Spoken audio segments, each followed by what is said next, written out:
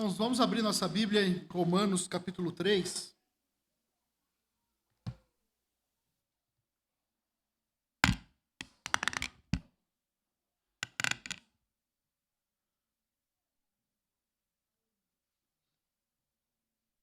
Romanos capítulo 3. Eu vou ler a partir do verso 21.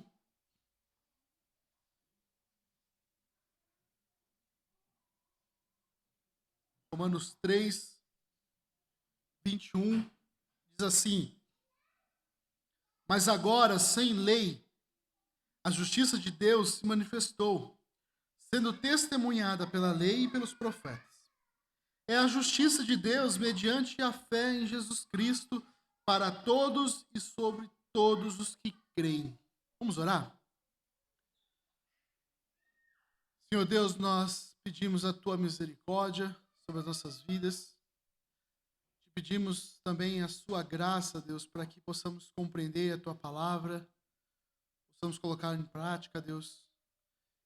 Que nessa manhã o Senhor encontre corações com solo férteis, Deus, para receber a Tua palavra e também para dar muitos frutos. Assim eu oro em nome de Jesus. Amém. Irmãos, Paulo iniciou essa carta que nós temos estudado, declarando que a justiça de Deus para a salvação do homem só pode ser encontrada no Evangelho. Essa declaração a gente vê desde o capítulo 1, lá no verso 17. E na sequência, Paulo declara que ele não se envergonha do Evangelho. Ele não pode se envergonhar do Evangelho. Justamente porque não existe outra forma de qualquer ser humano ser salvo se não for por meio daquilo que o Evangelho prega. Então, para ser salvo, você precisa crer, reconhecer que Cristo é o único e suficiente Salvador da sua vida.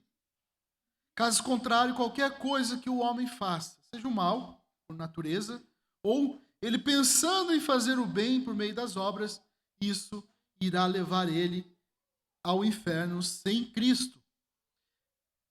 Então, meus irmãos, fazendo um resumo, do que nós já vimos até aqui, tudo o que Paulo fez desde o capítulo 1, do 2 e até a metade aqui do capítulo 3, foi justamente justificar a sua declaração. E ele prova por meio desses capítulos que a realidade visível da humanidade é que ela está no fundo do poço. Ela está sem possibilidade nenhuma de ser salva por si mesma. Então, ele descreve esse estado universal do pecador, esse estado universal do pecado na humanidade, mostrando que ninguém é capaz de ser justo diante de Deus por meio das obras da lei. Então, a situação do homem é morte, morte eterna, é de silêncio, como nós vimos nos versos anteriores, é de boca calada. Ninguém consegue dar algum argumento para Deus diante da realidade da sua vida para que então seja salvo. E é mediante essa condição em que toda a humanidade está, sem exceção, finalmente agora Paulo apresenta o plano de Deus para a humanidade, para que os homens pudessem ser salvos sem que Deus fosse injusto consigo, sem que Deus fosse injusto com a sua santidade. É então a hora do Evangelho, da boa nova que nós vamos ouvir daqui para frente. Irmãos, nós ouvimos até agora Paulo falando sobre as más notícias, de modo que nós não poderíamos ouvir a graça das boas novas. Nós vamos começar a ver agora a partir desse verso. Nós não poderíamos ouvir isso sem entender qual era a situação em que nós estávamos. Qual é a situação em que a humanidade se encontra. Irmãos, o que nós veremos a seguir é essa manifestação exclusiva de Deus no seu plano redentivo, no plano que Deus traçou antes na eternidade.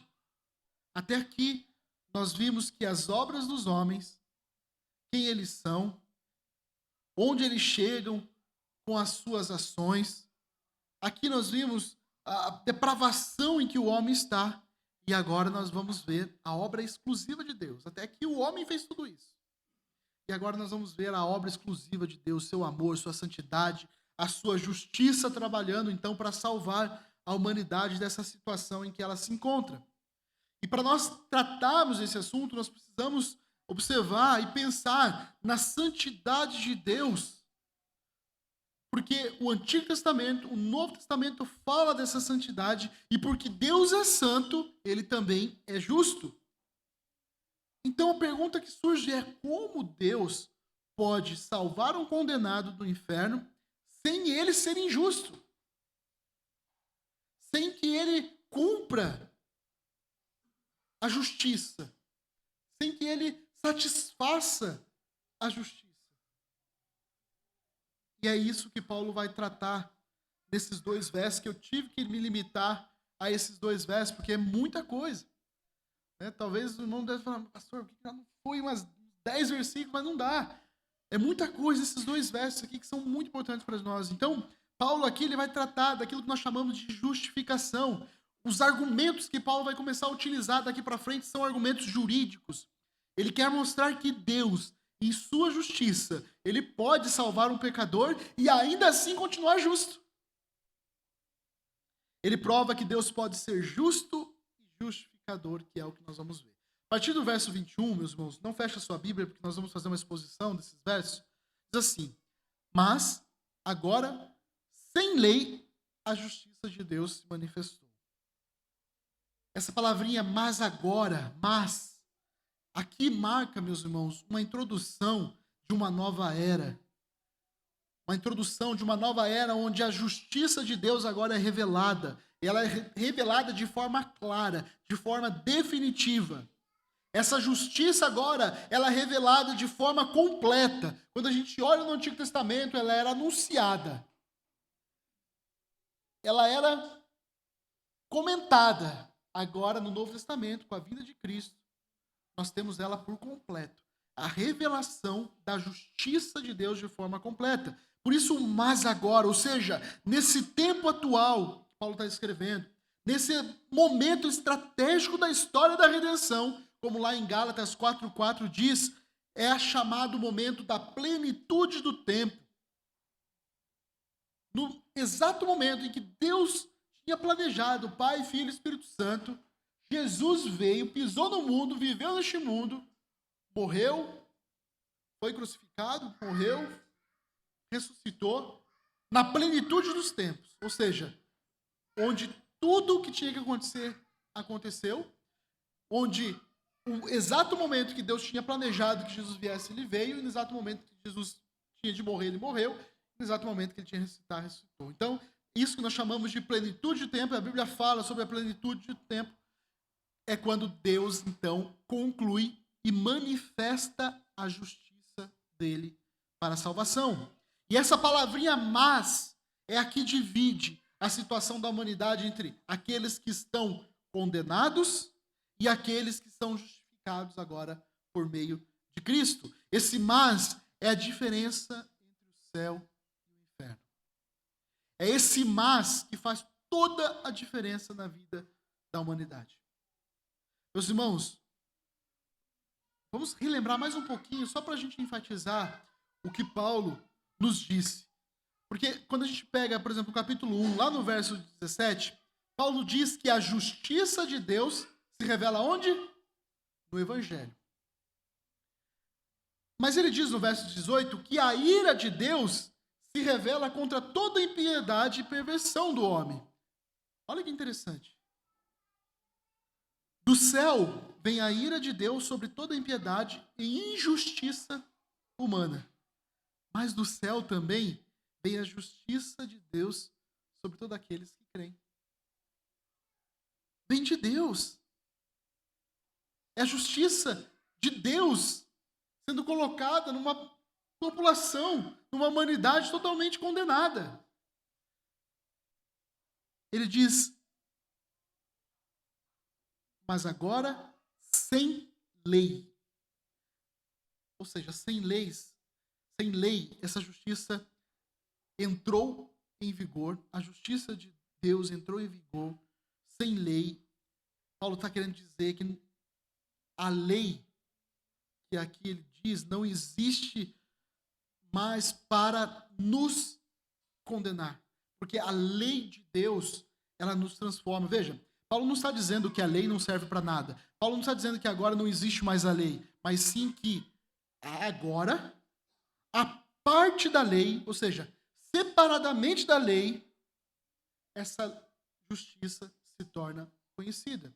Em outras palavras, como se Paulo estivesse dizendo nesse momento, inaugurado com a morte e ressurreição de Cristo, a justiça de Deus para a salvação, ela é completamente revelada. Ela é exposta ao mundo para ele conhecer, para o mundo conhecer. Ela é prova de que nunca foi pela lei que as pessoas seriam salvas, mas sempre por meio de Cristo. Então é isso que Paulo quer dizer sem lei. Ou seja, a parte do lado da lei agora é mostrada a justiça de Deus para a salvação. E ele diz, a justiça de Deus se manifestou. O verbo aqui, meus irmãos, está no pretérito perfeito, ou seja, um acontecimento único, um acontecimento concluído. Não existe outra forma. A justiça de Deus se manifestou, está posta. É essa justiça que vale para a salvação. Essa justiça de Deus revelada é o que torna toda a humanidade que crer em Cristo Jesus salva. Então, o marco da história da humanidade, da criação, de tudo, é a vinda de Cristo, é o ápice de toda a história. O passado apontava para Cristo. Eles deveriam olhar para frente, aguardando, crendo no Messias que estava por vir. E o presente que nós estamos vivendo aponta para Cristo. Nós olhamos para trás, vemos Cristo. Veja, meus irmãos, tudo se volta para Cristo, toda a história se volta para Ele. Observe outro ponto aqui que Paulo está dizendo, porque essa manifestação, ela vem de Deus, ou seja, ela vem de cima, ela vem do alto. Não é uma invenção humana, não é uma vontade do homem, mas a de Deus, de se compadecer, de manifestar, então, a sua justiça. Paulo diz que essa justiça ela é dada àqueles que creem. Esclarecendo mais uma vez que isso é um dom divino, não é do homem. Ele vem até o homem. Deus se manifesta ao condenado. Deus é quem envia a luz no meio das trevas. Ninguém descobre a luz.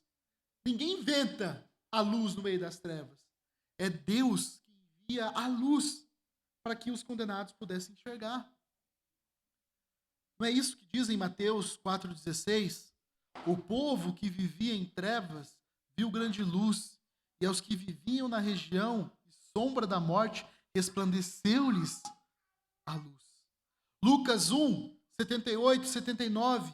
Graças à profunda misericórdia do nosso Deus, pelo qual nos visitará o sol nascente das alturas, para iluminar os que jazem nas trevas e na sombra da morte, e dirigir os nossos pés pelo caminho da paz. João 8,12. De novo Jesus lhe falou, dizendo, eu sou a luz do mundo. Quem me segue não andará nas trevas, pelo contrário, terá luz da vida. Veja, Deus agindo para que os condenados, aqueles que estão em trevas, possam agora ter a luz.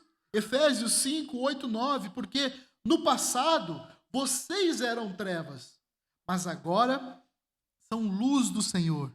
Vivam como filhos da luz, porque o fruto da luz consiste em toda bondade, justiça e verdade. Apocalipse 22, 5. Então já não haverá noite, e não precisarão de luz de lamparina, nem luz do sol, porque o Senhor Deus brilhará sobre eles e reinarão para todos sempre. Irmãos, tudo que está longe de Deus, onde Deus não está, ali há trevas, trevas profundas. Então, nas trevas, nós não conseguimos enxergar nada. Não tem como a gente encontrar um caminho nas trevas. Não tem como você seguir um caminho nas trevas. Veja por que é uma obra totalmente do Espírito Santo, por que é uma obra de Deus que vem até o homem. Porque Ele nos dá a capacidade de enxergar. É Ele que traz a luz. É Ele que traz a revelação da justiça. Será que Paulo está pregando algo novo? Será que Paulo está falando de uma doutrina nova? De forma alguma. É isso que ele fala na sequência. Essa manifestação da justiça, ela estava sendo testemunhada pela lei e pelos profetas.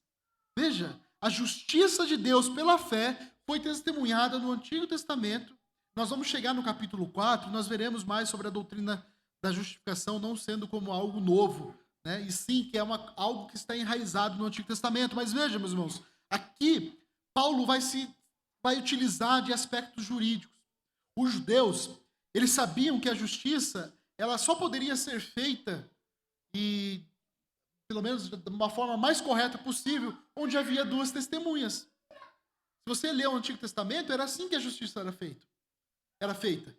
Né? Quando tinha duas testemunhas que pudessem testemunhar a respeito daquilo. E veja o que Paulo usa. Aqui ele mostra que a justiça de Deus foi revelada por meio da lei e os profetas. A lei e os profetas testemunharam dessa justiça. Que não seria pela lei, não seria pelos profetas a salvação.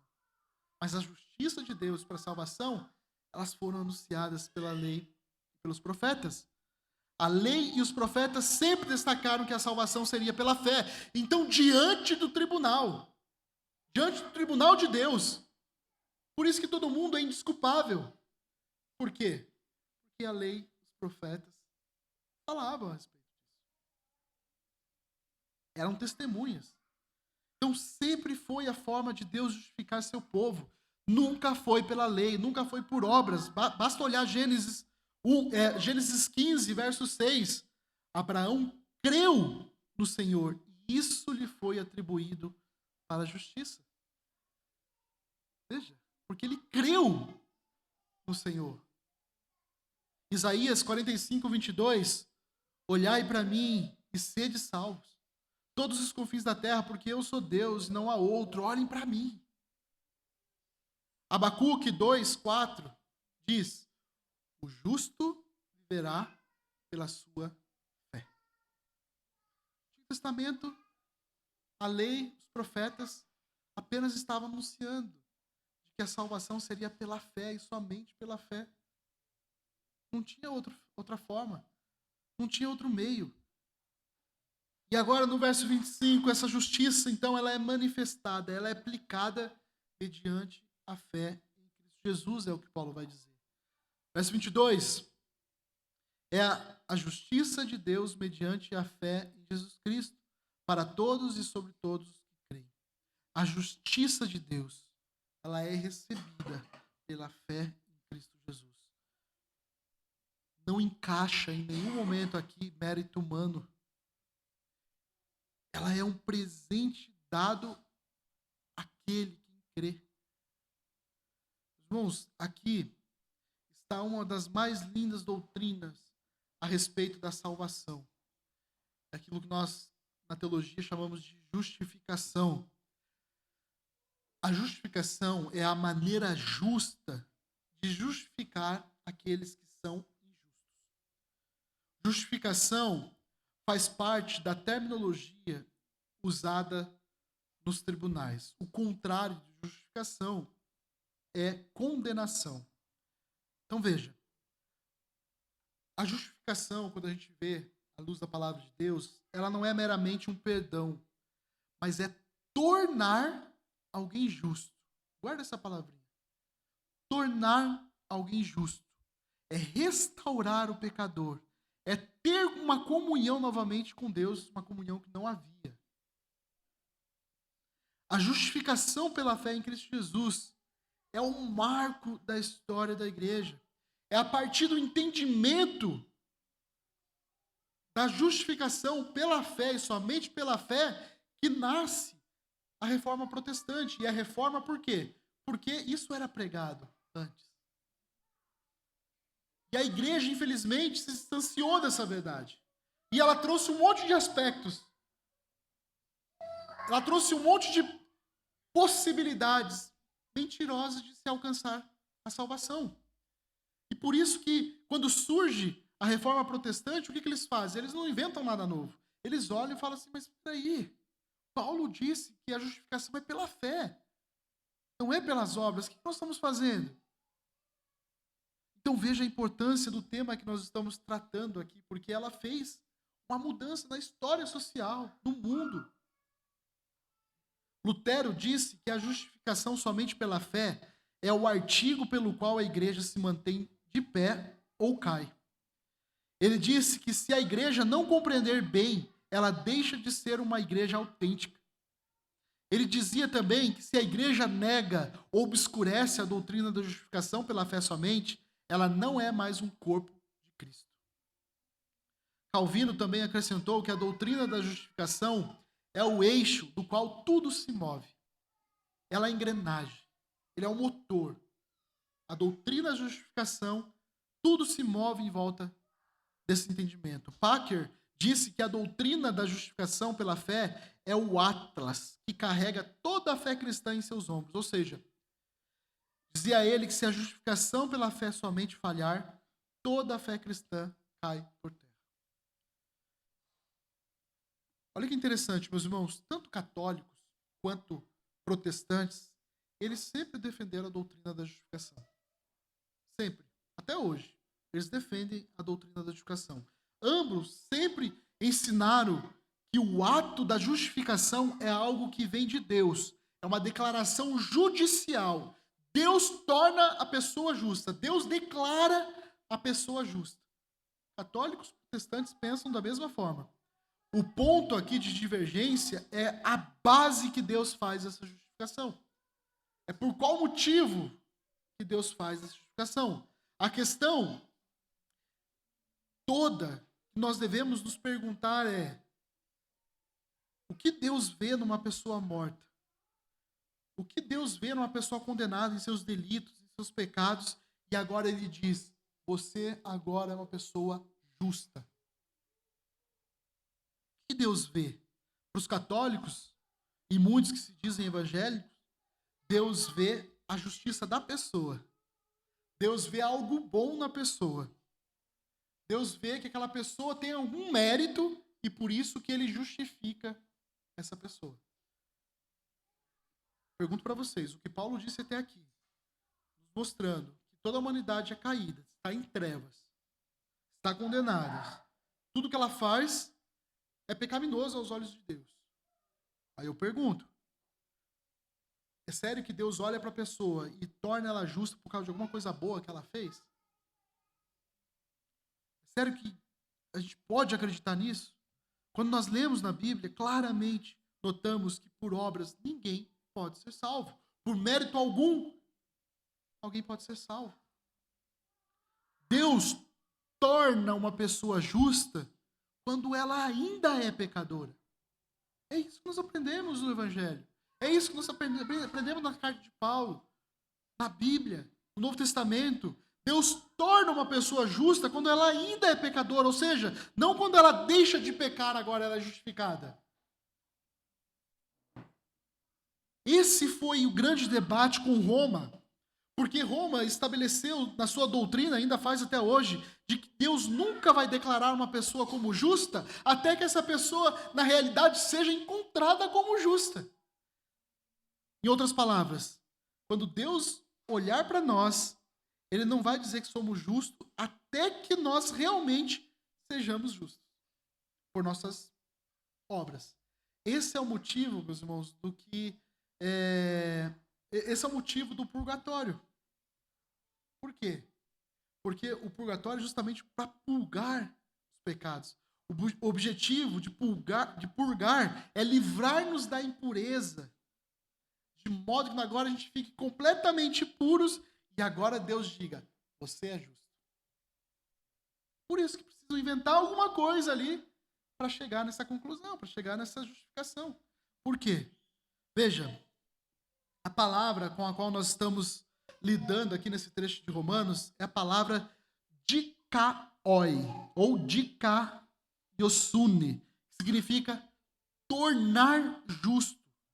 Ou melhor, não significa apenas tornar justo, mas sim declarar justo diante da justiça de Deus, diante desse tribunal. Ou seja, declarar uma pessoa justa. Imagine você ser pecador, condenado, a situação que está, Deus chega e fala assim: eu te declaro justo. E lógico, quando você é declarado justo, você se torna uma pessoa justa. Mas veja, você não deixou de pecar. Mas agora você é declarado justo diante do tribunal de Deus. Será que se Deus nos julgasse nessa manhã, Ele olharia para nós e encontraria pecado em nossas vidas? Acho que certamente sim. Né? Todos nós podemos declarar que sim. Então, poderíamos ser declarados justos mediante a justiça que encontramos em nós? Será que em nós há alguma justiça que pode nos tornar? Deus pode declarar-nos justos diante de Deus? Meus irmãos, se a gente vai baseado nisso, todo mundo vai para o inferno, sem exceção. E essa é a realidade. Todos vão para o inferno sem Cristo. Então, essa é precisamente a razão porque a base da nossa justificação não pode ser encontrada em nós. Vou repetir. A base da nossa justificação não é encontrada em nós ou em qualquer justiça inerente à nossa alma. Nós precisamos de uma justiça que está fora de nós. E a única retidão suficiente para que possamos comparecer diante do julgamento de Deus é a retidão de Cristo Jesus. Somente por meio de Cristo, aquilo que está fora de nós, a justiça que está fora de nós, que é aplicada então a nós, é que nós podemos chegar diante de Deus e Deus falar: você é justo. Deus não vai até a nossa alma e arranca uma porção de pecados e coloca nas costas de Jesus. Deus atribui nossa culpa, aquilo que eu e você somos culpados, Ele atribui a Jesus Cristo. Isso é o que nós chamamos de dupla imputação. Lembra? Imputação é imputar, é colocar algo. A amputação, se você já deve ter ouvido, se alguém amputa um braço, alguma coisa, está tirando, retirando algo que lhe pertence. Imputação é colocando algo que não é teu. E o que Deus faz na obra redentiva, quando Jesus vem? Deus imputa a Jesus os nossos pecados, as nossas falhas, a nossa condenação. Tudo isso é imputado, então, a Jesus. E é dupla imputação porque ele imputa a Jesus a condenação, os pecados, e imputa a nós a justiça de Cristo. Que graça maravilhosa, meus irmãos. Que maravilhoso mas que Paulo diz aqui. Mas a justiça de Deus é revelada. Em virtude dessa transferência ou dessa imputação da justiça de Cristo a nós, é por causa disso que nós somos declarados justos, sendo ainda pecadores. Consegue perceber a diferença? Nós continuamos pecadores, porque somos humanos. Continuamos pecadores, mas somos declarados agora diante do tribunal de Deus como justos. Se você esperar você parar de pecar, para você então ser justo e Deus te declarar justo, se você confiar nisso, sinto lhe informar que você vai para o inferno. Você não vai conseguir garantir a sua salvação. Você sabe. Você sabe quanto... E lembra que Paulo falou que nós não somos julgados só pelo aquilo que nós fazemos, nós somos julgados pelo que pensamos, pelas nossas intenções. Porque a lei mostra isso. Por isso, meus irmãos, Deus não fere a sua justiça quando Ele nos salva, quando Ele nos tira da condenação. Por quê? Porque Ele é justo e Ele imputa, então, os nossos pecados a Cristo. nossa condenação cai sobre Cristo. A justiça foi feita. A justiça foi sanada. Deus providenciou um meio para salvar a humanidade, sem sacrificar a sua justiça, sem pôr de lado as exigências da lei. 2 Coríntios 5:21, Paulo declara exatamente isso. Verso 21. Aquele que não conheceu o pecado, Deus o fez pecado por nós, para que nele fôssemos feitos justiça de Deus. Então Cristo Jesus levou os nossos pecados, todos eles, para que pudéssemos ser declarados justos diante de Deus. Meus irmãos, essa é a luz do glorioso Evangelho. Isso é Evangelho. Isso é pregação da boa nova. A única razão pela qual Deus justifica os pecadores é que Cristo morreu por eles. Deus não simplesmente declara justo, mas ele tem que imputar aquilo que era nosso a Jesus.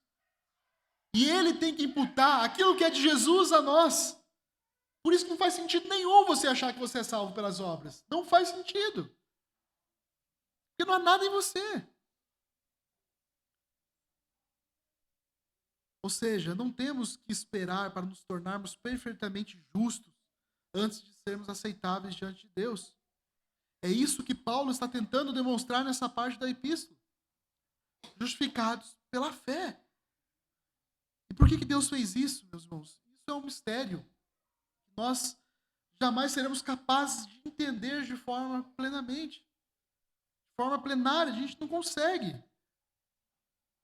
Por isso que faz sentido quando a gente canta, né? Eu jamais saberei o preço dos meus pecados lá na cruz. Porque, de forma objetiva, o preço do pecado foi a morte de Cristo. Isso de forma objetiva. Mas de forma subjetiva, meus irmãos, a dor de enviar seu filho para morrer, para ser humilhado, isso é um mistério para nós. Tal amor é infinito, é incompreensível. É isso que Paulo diz em 2 Coríntios 9:15. Graças a Deus pelo seu dom indescritível. Tem como descrever. É amor puro, é amor infinito. É uma questão tão maravilhosa, tão sublime, que Paulo, na sua carta aos Efésios, ele ora para que os irmãos ali fossem unidos com todos os santos para aprender a largura, o comprimento, a altura, a profundidade do amor de Cristo, o qual, ou seja, em toda a sua dimensão, jamais poderá ser apreendido. Paulo diz isso. É incompreensível tal amor. Mas a gente precisa nos aprofundar cada vez mais para a gente experimentar o que é isso. Para que a gente entenda, pelo menos, qual é a largura, o comprimento, a profundidade. Meus irmãos, o Evangelho é a prova do amor infinito de Deus. Isso é o Evangelho. É isso que os anjos desejavam perscrutar lá em 1 Pedro 1,12. A eles foi revelado que, não para si mesmos, mas para vocês, ministravam as coisas que agora foram anunciadas a vocês, porque aqueles que, pelo Espírito Santo, enviado do céu, lhes pregaram o Evangelho, coisas essas que os anjos desejam contemplar. Esse amor, por meio do Evangelho, que é mostrado no Evangelho, a justiça de Deus. E mais uma vez, meus irmãos, é uma justiça que vem até nós. Não somos nós que alcançamos a justiça, porém ela que nos alcança. Ela flui até nós por meio da fé, como um presente de Deus. Veja, ser justificado pela fé não é ser justificado porque temos fé, no sentido de que nossa fé agora é a suprema obra, né, que nos torna justos. Não. A colocação de ser justificado pela fé ou por meio da fé simplesmente significa que a fé é o meio pelo qual nós nos apropriamos da graça de Cristo. A fé é o meio pelo qual a retidão de Cristo é aplicada em nós. A justiça de Cristo é aplicada em nós. A fé é um instrumento mediante o qual a pessoa de Cristo é ligado a nós. É a forma como nós recebemos a justificação. A fé é um meio, é o corredor, é aquilo que canaliza, que permite chegar a nós a graça, a salvação de Deus. Essa graça nos é alcançada por meio da fé, por meio de crer em Cristo Jesus. Vejam, meus irmãos, agora que Deus revelou a sua justiça, o mas agora, a pergunta então não é mais: você é um judeu ou você é um gentio? Você é o povo de Deus ou você não faz parte do povo de Deus? Mas sim, você crê ou não? É fé ou descrença? É isso que nos divide. E essa pergunta que eu faço essa manhã: você crê? Você tem fé? Você tem confiança total que a tua salvação depende exclusivamente de Jesus Cristo? Você só pode ser salvo por meio da fé em Jesus Cristo. Não há obras em você, não há mérito em você nenhum que possa alcançar. Não há mérito algum que possa alcançar essa salvação. Ela só se dá por meio da fé em Jesus Cristo.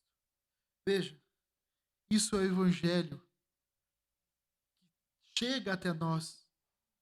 Você não é salvo apenas por ouvir, mas precisa crer, ter fé em Cristo Jesus. Então, o efeito da transformação na vida por meio do Evangelho só pode ser completado, só pode ser acompanhado pela fé. Porque não é só ouvir, mas é crer. O autor de Hebreus mostra isso lá em Hebreus 4:2. Diz assim: porque também a nós foram anunciadas as boas novas, exatamente como aconteceu com eles. Mas a palavra que eles ouviram não lhes trouxe proveito, porque não foram unidos por meio da fé com aqueles que a ouviam. É por isso que pode acontecer de muita gente ouvir o Evangelho, mas se não tiver fé, eu já disse aqui, né? Eu tenho parentes que sabem a Bíblia de trás para frente, mas sem fé em Cristo Jesus, depositar a confiança em Cristo Jesus, não há diferença de vida. Não há transformação.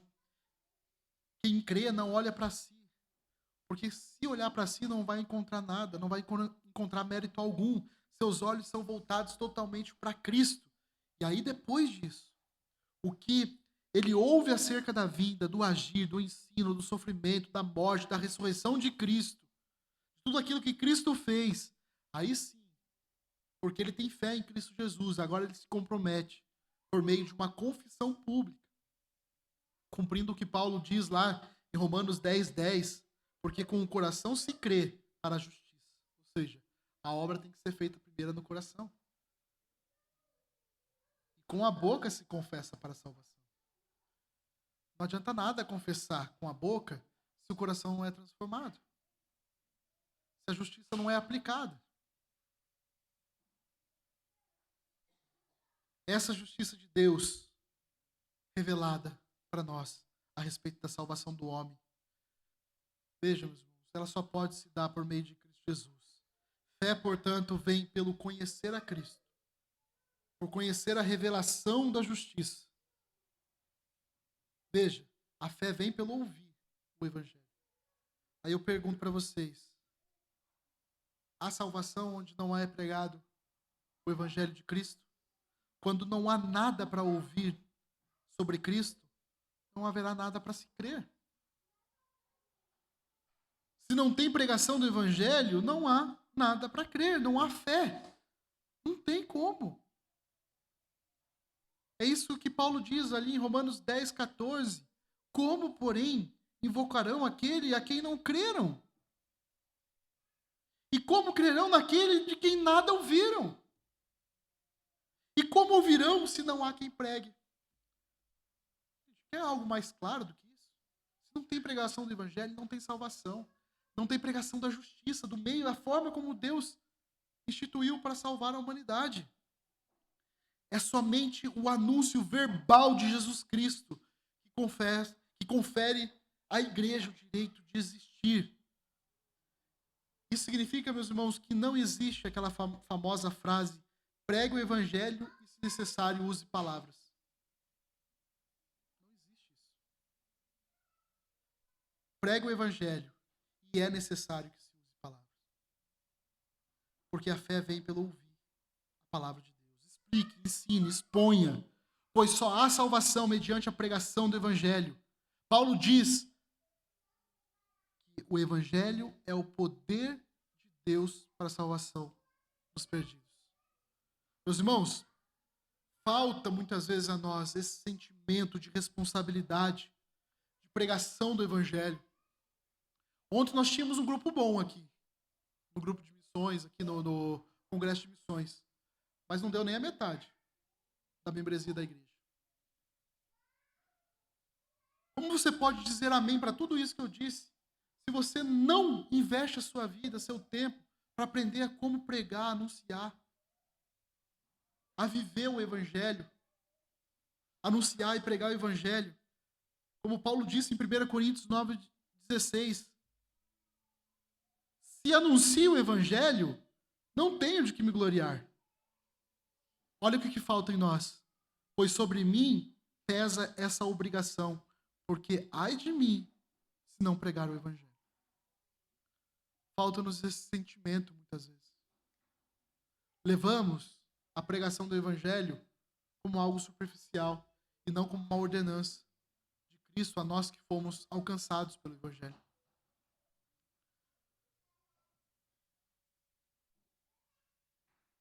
Queria fazer um resumo aqui do que nós aprendemos hoje, a aplicação. Quando nós estudamos o Antigo Testamento, nós devemos enxergar Cristo como cumprimento das promessas divinas do Antigo Testamento, compreendendo que desde o início Deus tinha um plano perfeito para a salvação. É por isso que quando lemos o Antigo Testamento, nós lemos olhando Cristo nele. Por isso que Cristo é o centro de toda a Bíblia, do Antigo e do Novo Testamento. Devemos reconhecer que nossas obras nunca nos tornam justos diante de Deus. Nós dependemos totalmente da graça de Deus em nossas vidas. A fé em Cristo é a única forma de ser declarado justo diante de Deus. Não há espaço para autossuficiência, para confiança em tradições humanas. Por isso, nós precisamos ter humildade diante de Deus sempre. Essa semana, reflita sobre a sua salvação. Reflita sobre a sua dependência total da graça divina. Lembre que nenhuma boa ação pode garantir a sua posição diante de Deus. Se você faz qualquer coisa boa, é porque você agora é crente. Tenha gratidão por essa justiça de Deus. Louve a Ele por oferecer essa justiça de forma gratuita, sem esperar alguma coisa tua. Viva uma vida marcada pela gratidão, pela obediência amorosa por aquilo que Cristo fez. Meus irmãos, em nome de Jesus, proclame o Evangelho, pregue, anuncie o Evangelho, dentro, fora de templo. Compartilhe sobre essa justiça de Deus com todas as pessoas que estão ao seu redor. Anuncie, confiando que Deus pode transformar qualquer pessoa por meio do seu Evangelho, por meio da pregação da sua justiça. Nós possamos viver sob a justiça de Deus, não apenas como algo que nos salva, mas como uma realidade que transforma a nossa vida, que impacta o mundo ao nosso redor, que é a pregação e o anúncio desse Evangelho maravilhoso, poder de Deus. Louvado seja Ele, porque Ele nos alcançou por meio do Evangelho. Amém? Vamos orar?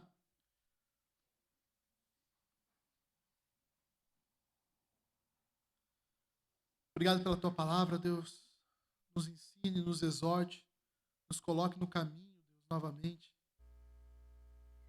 Se há em nós a falta de temor, de tremor, se há em nós a falta da preocupação real a respeito dos perdidos, que precisam ouvir a tua palavra, ouvir o teu evangelho, ó Deus. Pedimos antes de tudo que o Senhor tenha misericórdia de nós, por aquilo que nós fazemos com o teu evangelho. Mas não nos permita, Deus, que o Espírito Santo nunca nos permita nos acomodar diante disso.